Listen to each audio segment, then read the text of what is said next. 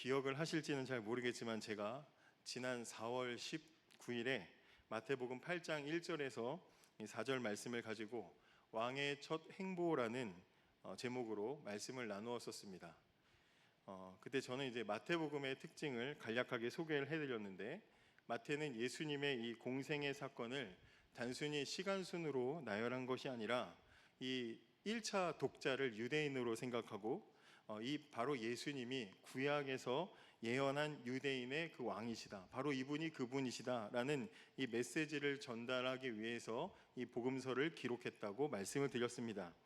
그래서 마태복음은 왕으로 오신 예수님께서 이 땅에 하나님의 나라를 어떻게 이루어 가시는가, 이 이야기로 읽어 나갈 때 이 말씀을 더 깊이 있게 우리가 바라볼 수 있게 된다고 소개를 드렸습니다.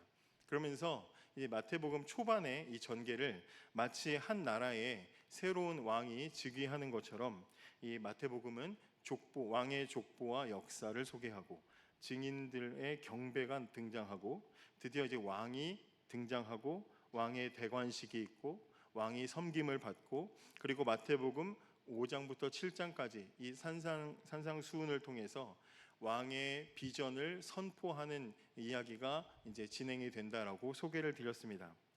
그리고 이제 산 위에서 그 말씀이 끝나고 8장은 산 아래로 내려오셔서 이제 문둥병자를 고치시는 사건을 왕의 첫 행보라고 제목을 짓고 소개하면서 우리의 왕으로 이 땅에 오신 그 예수님께서 이 땅에 그 하나님의 나라를 어떻게 이루실 것인지를 보여주는 사건이다, 이제 이렇게 제가 소개를 해드렸습니다.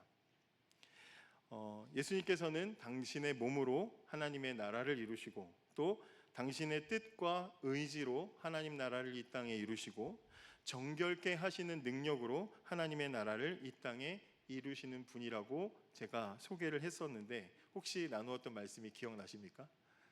전혀 안 나시는 것 같은 표정인데 아니, 괜찮습니다. 기억이 안 나시는 게 정상입니다. 또 기억이 또 안 나시고 좀 자꾸 좀 잊어버리고 하셔야 저도 또 했던 설교도 하고 또 그럴 수 있지 않겠습니까?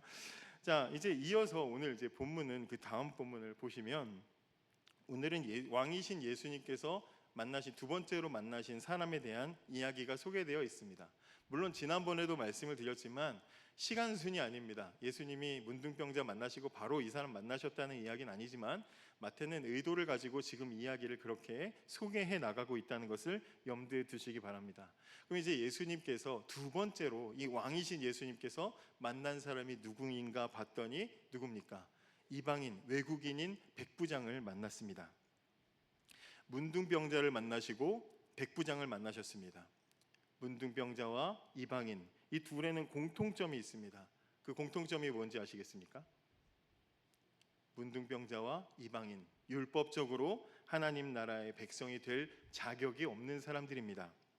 그러니까 오늘 본문이 우리에게 해주고 싶은 이야기가 무엇이겠습니까? 앞에 본문이 하나님의 나라를 누가 이루는가, 여기에 대한 이야기였다면 오늘 보시는 본문은 그 구주께서 이루신 하나님의 나라가 누구에게까지 이루어지는가, 이 이야기를 담고 있다고 보는 것입니다. 오늘 본문은 이런 내용입니다. 예수님께서 가버나움에 들어가셨을 때 한 백부장이 찾아와서 자기 하인이 중풍병으로 고생을 하고 있으니까 고쳐달라고 빌었습니다. 이때 7절에 예수님이 내가 가서 고쳐주리라, 이렇게 선뜻 대답을 하십니다. 근데 이제 책을 찾아보니까 여기서 내가라고 하는 이 에고라는 표현이 여기에 이제 굉장히 강조되어 있는 문장이라고 그렇게 합니다. 예수님의 이 대답 속에 약간의 그 긴장감이 들어있다고 볼 수가 있는데, 이제 어떤 사람들은 예수님께서 이 이방인에게 유대인인 것을 강조하시면서 유대인인 내가 가서 고쳐주리라, 약간 이런 어떤 선을 약간 긋는 이제 그런 표현이라고 해석을 하기도 합니다. 그러니까 더 막 좀 과격하게 해석을 하는 사람은 유대인인 내가 이방인인 너를 고쳐줘야 되냐, 뭐 이런 식으로까지 보기도 하는데, 거기까지 가면 넘어가는 것이고, 그러니까 이 장면을 볼 때 뭐가 생각이 났냐면, 아까도 기도하실 때 그런 기도를 하셨는데 마태복음 15장에 있는 그 가나안 여인, 떨어지는 부스러기라도 그 믿음 가지고 구했던 그 여인의 이야기가 잠깐 스치듯이 생각이 납니다. 물론 이제 오늘 본문에서 예수님의 태도는 그 가나안 여인에게 하신 것처럼 그렇게 어떻게 보면 작정하고 명백하게 거절하셔서 여인의 믿음을 확인하시는 그런 용도로 사용되지는 않았습니다. 그러나 오늘 본문에서 예수님의 대답도 그 뉘앙스를 보면 약간은 가나안 여인의 이 사건처럼 예수님의 말씀 때문에 이 백부장의 믿음이 어떤지가 드러나는 결과가 보여지게 되는 것이죠. 자, 예수님이 이렇게 말씀하셨을 때 백부장이 어떻게 대답합니까? 8절과 9절을 한번 읽어보겠습니다. 8절과 9절 시작. 백부장이 대답하여 이르되 주여 내 집에 들어오심을 나는 감당하지 못하겠사오니 다만 말씀으로만 하옵소서. 그러면 내 하인이 낫겠사옵나이다.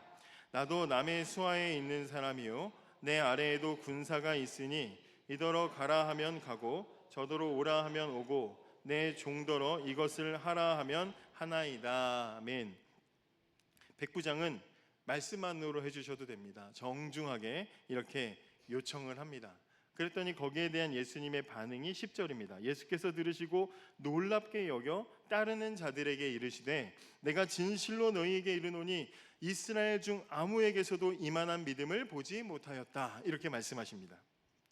여러분, 여기에 아주 재미있는 부분이 있습니다. 어쩌면은 이 사건을 통해서 예수님이 하시고 싶은 이야기가 무엇인지를 알려주는 아주 중요한 지점이 이 10절 속에 담겨 있다고도 볼 수가 있겠습니다. 도대체 예수님은 이 사건을 왜 일으키셨고 마태는 이야기를 여기다가 왜 집어넣는가 하는 이야기입니다. 예수님은 지금 방금 백부장의 대답을 들으시고 그의 믿음을 놀랍게 여기셨다고 대답하고 있습니다. 보여주고 있습니다. 근데 만약에 이 본문의 사건이 단순히 백부장의 믿음을 칭찬하기 위한 사건으로 벌어진 것이라면 복음서의 일반적인 그 흐름을 따라서 아마 이야기는 이렇게 전개됐을 것입니다. 백부장이 말씀만으로 고치실 것 믿습니다 했을 때 예수님께서 깜짝 놀라시면서 박수를 치시면서 야, 너 정말 대단한 믿음을 가졌구나. 나 진짜 깜짝 놀랐다. 막 이러시면서 내가 이만한 믿음을 내 제자들한테는 본 적이 없는데 너 정말 대단하다. 믿은 대로 될지어다. 그리고 아주 그냥 뭐 요즘 말로 폭풍 칭찬을 막 하신 다음에 제자들한테 쳐다보시면서 야, 너희도 이 백부장만한 믿음, 겨자씨 같은 믿음이 있으면 이 산을 들어 저리로 옮길 수 있지 않겠냐. 또는 이 백부장처럼 보지 못한 것을 믿는 자는 말씀만으로 할 수 있다고 믿는 자는 복이 있을 것이다. 이런 그 교훈으로 백부장을 이렇게 띄워주는 것으로 끝났을 것입니다. 베드로야 뭐하냐 적어라 막 그러면서 예수님이 그렇게 하셨을 거라는 것이죠. 백부장의 위대한 믿음과 태도를 두고두고 교훈 삼아라, 이런 이야기로 전개가 됐을 것이 우리가 봤을 때 일반적인 어떤 복음서의 흐름입니다. 그런데 물론 분명히 예수님 백부장의 믿음을 칭찬하시긴 하셨지만 이 사건, 이 이야기 이후에 제자들을 돌아보시면서, 유대인인 제자들을 돌아보시면서 어떤 교훈을 남기십니까? 11절과 12절입니다. 한번 읽어보겠습니다. 시작. 또 너희에게 이르노니 동서로부터 많은 사람이 이르러 아브라함과 이삭과 야곱과 함께 천국에 앉으려니와 그 나라의 본 자손들은 바깥 어두운 데 쫓겨나 거기서 울며 이를 갈게 되리라. 아멘. 예상과 달리 예수님은 유대인들에게 백부장의 위대한 믿음을 본받아라는 교훈을 남기신 것이 아니라 유대인들아, 너네 이러다가 이방인들에게 니네 자리 다 뺏기겠다라는 경고의 말씀을 지금 하고 계신다라는 것입니다. 그렇기 때문에 우리는 오늘 이 본문의 관심이 물론 백부장의 굉장히 믿음이 귀하지만 그 백부장의 믿음, 개인을 향한 칭찬에 관심이 다 쏠려 있는 것이 아니라 왕께서 자신의 백성인 유대인들에게 무언가 교훈을 주기 위해서 지금 벌이는 일이라는 것을 우리가 그 목적을 알게 되는 것입니다. 그러면 예수님께서 지금 그렇게 돌아보시면서 막 강조하시고 놀라실 만큼의 칭찬하신 백부장의 믿음이 무엇이었습니까? 세 가지 정도로 볼 수가 있는데, 첫째로 백부장의 믿음은 예수님의 권세에 대한 믿음입니다. 예수님의 권세. 예수님이 직접 백부장의 집에 방문하시겠다고 하셨을 때 백부장이 말씀만 하옵소서, 그러면 내 하인이 낫겠사옵나이다, 이렇게 대답을 했습니다. 그리고 나서 9절에 뭐라 그랬냐면 나도 남의 수하에 있는 사람이요 내 아래도 군사가 있으니 가라 하면 가고 오라고 하면 오고, 이런 이야기를 합니다. 여러분 잘 아시겠지만 백부장은 어떤 사람입니까? 군인이죠. 군인은 말 한마디, 손짓 하나로 많은 병력을 움직일 수 있는 그런 힘을 가지고 있는 사람입니다. 그러니까 이 백부장이라는 사람은 누구보다도 말 한마디에 담기는 권위의 힘을 잘 알고 있는 사람이라는 말이죠. 그런 백부장이 지금 예수님께 말씀만 하십시오, 그러면 제 하인이 낫겠습니다, 이렇게 말했다는 것은 그냥 립 서비스로 말하는 것이 아니라 그 말씀의 권위가 있다, 그 권위에 대해서 분명히 인정하고 예수님께서 인간의 모든 육체와 영적인 질병을 제압하실 능력과 권세를 가지고 계신다는 것을 인정할 때에 나오는 반응이라는 것입니다. 백부장은 이 예수님의 말씀 안에 사람의 말과는 다른 아주 절대적인 권세가 있는 줄을 믿었습니다. 그 믿음이 어디서부터 시작됐는지 성경이 말하지 않기 때문에 우리는 모르지만 이방인인 이 백부장에게는 분명히 예수님은 단순한 치유자가 아니라 하나님의 권세를 가지신 분이라는 사실을 믿었다라는 것을 우리가 짐작해 보게 되는 것이죠. 두 번째로 이 백부장의 믿음은 예수님 말씀의 능력에 대한 믿음입니다. 말씀의 권세, 그 다음에 말씀의 능력에 대한 믿음입니다. 백부장이 예수님께 다만 말씀으로만 하옵소서, 그리하면 내 하인이 낫겠사옵나이다 라고 고백했습니다. 백부장은 예수님 말씀에는 거리의 제한도 공간의 제한도 없다고 믿었던 것입니다. 굳이 집에 오시지 않아도 그냥 말씀만 하시면, 허락만 하시면 그 말씀 자체에 권세와 능력이 있기 때문에 멀리 떨어져 있는 제 하인의 병이 아무리 중하다고 할지라도 나을 줄을 믿습니다 라고 지금 고백을 하고 있는 것입니다. 그러니까 단순히 그냥 기적을 기대하면서 말하는 것이 아니라 이 예수님의 말씀 안에 하나님의 권위와 능력이 있다는 것을 믿었던 것입니다. 또 마지막으로 백부장의 믿음은 예수님의 존귀하심을 믿는 믿음입니다. 예수님 자체의 존귀하심. 예수님께서 백부장의 집으로 친히 가려고 하실 때 백부장이 자기 집에 오시는 것을 제가 감당하지 못하겠습니다, 이렇게 말했습니다. 감당하지 못하겠습니다. 이 백부장은 당시에 사회적인 지위가 있는 사람입니다. 어느 정도 사회적인 위치가 있는 사람이고, 심지어 지금 이 예수님과 그 예수님을 비롯한 제자들, 이 유대인들을 지배하는 계층의 사람입니다. 지배자로 지금 거기에 와 있는 것입니다. 근데 백부장이 보기에 자기가 지배자고 자기가 권위가 있고 어느 정도 위치가 있지만, 자기가 볼 때도 이 예수님은 세상의 어떤 지위나 어떤 권세로도 지배할 수가 없는 분이라는 것을 깨달은 것입니다. 그래서 그런 권세를 가지고 계신 존귀하신 분이시기 때문에 감히 우리 집에 모실 수가 없다라고 생각을 하는 것입니다. 그래서 백부장은 단순히 예수님의 능력만 믿은 것이 아니라 그 예수님 앞에 자신이 감히 나설 수 없는 초라한 존재라는 것을 깨달았습니다. 그래서 이 세 가지를 종합해 보면 이 백부장은 예수님을 단순한 인간 선생이나 능력자로 본 정도가 아니라 하나님의 권세를 가진 존귀한 왕으로 대하고 있었다라고 볼 수가 있는 것입니다. 하나님이신지는 몰라도 무슨 유대인들처럼 빠삭하게 성경을 다 관통하고 꿰고 있어서 이분이 바로 메시아 이렇게 알지 못할지라도 신적인 권세와 능력과 권위와 존귀함을 가진 분이라는 것을 분명하게 믿는 믿음을 가지고 예수님 앞에 나아간 것입니다. 여러분, 구약 내내 메시아를 기다리고 있었던 그 유대인들은 정작 예수님께서 실제로 이 땅에 오셨을 때 예수님을 알아보지도 못하고 외면하고 핍박했는데, 하나님 나라에서 가장 멀리 떨어져 있는 줄 알았던 이 이방인이 예수님의 권세와 능력과 존귀를 발견하고 믿음으로 지금 다가온 사건이 오늘 본문의 사건인 것입니다. 그의 믿음은 단순히 병 고쳐주세요 하는 믿음이 아니라 이 예수님이 바로 하나님 나라의 권세를 가지신 분이라는 것을 믿는 그런 믿음이었던 것입니다. 이런 백부장의 믿음을 보신 예수님께서 제자들에게 말씀하신 것이죠. 이스라엘 중에 이만한 믿음을 가진 자를 내가 본 적이 없다. 여러분, 예수님께서 그렇다면 과연 백부장의 믿음을 칭찬하시면서 이 유대인들에게 내가 이만한 믿음 본 적이 없다 하시면서 예수님이 유대인들에게 또 이 말씀을 읽고 있는 저와 여러분에게 하시고 싶은 말씀은 무엇이겠습니까? 왕으로서 오신 그 예수님께서 하시고 싶은 말씀이 무엇이겠습니까? 그것은 하나님 나라의 문이 이런 믿음을 가진 이방인들에게까지 활짝 열렸다는 이야기를 하는 것입니다. 오늘 11절과 12절 보시면 또 너희에게 이르노니 동서로부터 많은 사람이 이르러 아브라함과 이삭과 야곱과 함께 천국에 앉으려니와 이렇게 되어 있습니다. 천국에 앉았다, 앉으려니와, 이거는 기대어 앉는다. 잘 아시겠지만 이 유대인들, 중동 사람들은 식사 문화가 이렇게 비스듬히, 우리 같으면은 그렇게 앉으면 혼나는데 이렇게 비스듬히 앉아가지고 하지 않습니까? 그래서 이제 상대방의 품에 마치 이렇게 기댄 것처럼 그런 자세로 앉아서 식사를 합니다. 그 소화가 되는지는 잘 모르겠는데 그렇게 앉아서 식사를 합니다.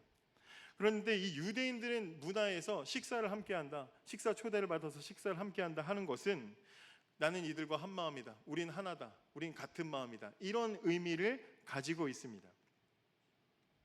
지금까지 전통적으로 유대인들에게 있어서 이 하나님의 나라, 우리가 말하는 이 천국은 아브라함과, 믿음의 조상인 아브라함과 이삭과 야곱과 그리고 그 후손인 자기들만 하는 곳인 줄 알았습니다. 이게 이사야 25장에 보면 메시아께서 베푸시는 잔치에 대한 묘사가 나와 있는데, 이사야 25장 6절에 보시면 만군의 여호와께서 이 산에서 만민을 위하여 기름진 것과 오래 저장하였던 포도주로 연회를 베푸시리니, 이렇게 되어 있습니다. 지금까지 유대인들은 이 여호와께서 베푸시는 이 만찬에 모든 유대인들이 조상부터 해서 다 참여하게 되고, 이방인들은 멀리서 손가락 빨면서 그걸 구경하고 있을 거라고 그렇게 생각했습니다. 근데 오늘 예수님께서 지금 뭐라고 말씀하십니까? 그 메시아의 잔치에 누가 앉는다고 하십니까? 동서로부터 오는 많은 사람들이 함께 잔치에 참석하실 거다, 앉을 것이다 라고 그렇게 말하고 계시는 것입니다. 누가복음 13장 29절에는 좀 더 포괄적으로 이것을 이렇게 표현합니다. 사람들이 동서남북으로부터 와서 하나님 나라 잔치에 참여하리니, 분명하게 이렇게 말씀하고 계십니다. 지금까지 유대인들 자신들만의 잔치인 줄 알았던 그 하나님 나라에 누가 들어간다고 선언하고 있습니까? 동서남북에서 온 수많은, 그들이 그동안 배척했던 많은 이방인들이 잔치에 들어올 뿐만 아니라 그냥 구경하는 게 아니라 유대인인 자신들과 함께 겸상하게 될 것이라고 지금 말씀하고 계시는 것입니다. 그러니까 이제 아브라함의 후손이라는 이 육체적인 혈통뿐만 아니라, 그것이 아니라 이제는 예수를 믿는 믿음으로 하나님 나라에 들어갈 길이 활짝 열렸다라고 오늘 성경이 우리에게 선언하고 있는 것입니다. 백부장을 시작으로 저와 여러분까지, 그리고 우리의 모든 후손들까지, 예수를 믿는 모든 자들에게 하나님 나라에 들어갈 길이 활짝 열렸습니다. 반면에 여기서 끝나지 않고 하나님 나라의 본 자손들, 늘 항상 기본값으로 들어가는 줄 알았던 그 유대인들에게는 뭐라고 말씀하십니까? 믿음이 없으면 바깥 어두운 데로 쫓겨나게 될 것이라는 경고까지 포함하고 있습니다. 사랑하는 여러분, 오늘 본문은 단순히 백부장의 믿음을 칭찬하는 데서 끝나지 않고 더 나아가 그 믿음을 사용해서 예수님은 하나님 나라의 새로운 질서가 온 땅에 선포되었다라고 말씀하고 계십니다. 하나님 나라는 이제 혈통이 아니라 믿음으로 들어간다. 이것이 오늘 본문에서 소개되는 왕의 두 번째 행보, 두 왕의 메시지인 것입니다. 첫 번째 행보인 문둥병자 사건에서 부정한 자도 들어올 수 있다라고 말씀하셨다면, 오늘 이 두 번째 이야기를 통해서는 이방인까지도 들어올 수 있다라고 선언하고 있는 것입니다. 문둥병자나 이방인이나 이 두 가지 사건이 가리키는 단 하나의 메시지는 예수 믿는 모든 사람에게는 하나님 나라의 문이 활짝 열렸다라고 선언되고 있는 것입니다. 사랑하는 여러분, 이제 우린 여기서 우리 자신을 돌아보아야 합니다. 저는 교회를 오래 다녔습니다. 제 나이만큼 다녔습니다. 아니, 집이 교회였습니다. 아까도 아버지께서 축도를 하셨지만 태어나 보니 교회였고요. 살았던 집이 다 제대로 된 주택은 제가 거의 잘 못 살아보고, 오늘 이제 사택에서 정말 주택 같은 주택에서 살게 됐는데, 공간을 나눠가지고 얇은 나무판으로 나눠서 여기는 집, 여기는 교회, 이런 데서 이렇게 살았습니다. 교회 그렇게 살 만큼 오래 다녔다고 해서 신앙이 저절로 생기는 건 절대로 아닙니다. 믿는 집안 몇 대 믿는 집안에서 자랐다고 해서 신앙이 저절로 생기는 일은 절대로 없습니다. 저도 22살까지는 착각했습니다. 당연한 것이라고 착각했습니다. 아니었습니다.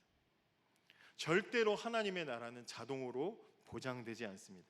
예수님이 분명하게 오늘 경고하고 계십니다. 본 자손이라도 믿음이 없으면 바깥 어두운 데로 쫓겨나 거기서 울며 이를 갈게 되리라. 이 무서운 경고는 오늘 저와 여러분에게도 아주 유효한 줄을 믿으시기 바랍니다. 그래서 우리는 우리 안에 믿음이 있는지 꼭 점검해야 합니다. 사랑하는 여러분, 새로운 왕께서 오셨고 새로운 나라가 열렸습니다. 하나님 나라에 들어갈 자격이 없었던 모든 죄인을 위해서 복의 근원이신 하나님이 저 높은 하늘에서 그 하늘을 끌고 이 낮은 땅으로 내려오셨습니다. 이제 믿음이 없는 교만한 자들에게는 그 구원의 문이 닫히고 예수를 왕으로 믿는 모든 믿는 사람들에게는 그 구원의 문이 활짝 열리는 사건이 일어났습니다. 교회 역사 속에, 성경 속에, 초대교회 안에 이 사실을 믿는 많은 믿음의 사람들, 믿음의 선배들이 이것을 깨닫고 이 중요한 복음을 들고 생명을 아끼지 않고 땅끝까지 나아가 복음을 전하고 순교해서 그 순교자들의 피가 오늘날 우리의 이 땅의 교회를 세웠습니다. 그리고 이제 그 위대한 복음의 소식과 그 사명이 이 진주 지역과 또 우리의 이 조국 대한민국과 세상 끝까지 전하며 잃어버린 영혼들에게 예수 그리스도를 전해야 되는 사명이 저와 여러분에게까지 전달된 것입니다. 이 사명이 저와 여러분 그리고 우리 교회에 있는 줄을 저는 믿습니다. 주저함 없이 활짝 열린 하나님 나라의 복음을 기쁨으로 전하는 위대한 사명의 삶을 감당하는 저와 여러분이 되기를 주님의 이름으로 축복합니다. 함께 같이 이 시간에 찬양하고 그리고 기도하겠습니다. 물이 바다 덮은